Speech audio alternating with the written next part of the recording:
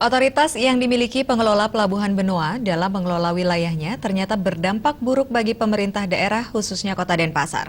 Akibatnya potensi pendapatan asli daerah atau PAD yang bisa diraup di lingkungan pelabuhan tersebut tidak bisa tergarap maksimal.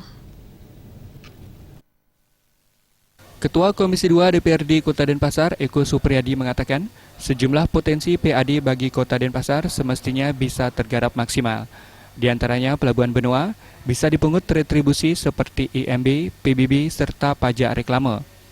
Melihat tingginya potensi tersebut, Pemkot Denpasar diarahkan melakukan penjajakan untuk bisa mendapatkan retribusi sesuai dengan peraturan yang ada. Minimal ada suatu kerjasama, misalnya saja untuk IMB di sana bisa kita untuk izin bangunan, tentunya begitu juga untuk ada reklamo di sana. Nah, terus kemudian izin-izin yang lain, ya ini harus mendapat persetujuan dari pemerintah Kota Denpasar. Sehingga ada untuk parkir juga, itu yang kita inginkan. Nah, Pengamat pembangunan Madidau Wijano mengatakan hal senada. Potensi PAD dalam upaya meningkatkan kesejahteraan masyarakat bisa berasal dari retribusi keindahan lokasi, apalagi pelabuhan benua yang secara wilayah berada di Kota Denpasar.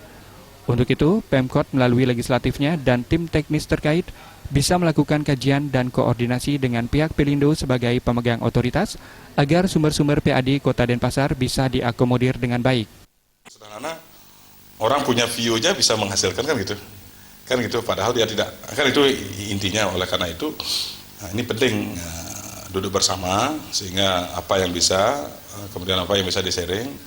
Saya kira itu kalau dengan kemampuan koordinasi dan komunikasi yang baik, kemudian pentingnya juga kita melakukan identifikasi terhadap berbagai potensi yang ada. Saya kira nanti ke depan itu bisa lah jadi bicarakan. Yang penting dibicarakan dengan baik.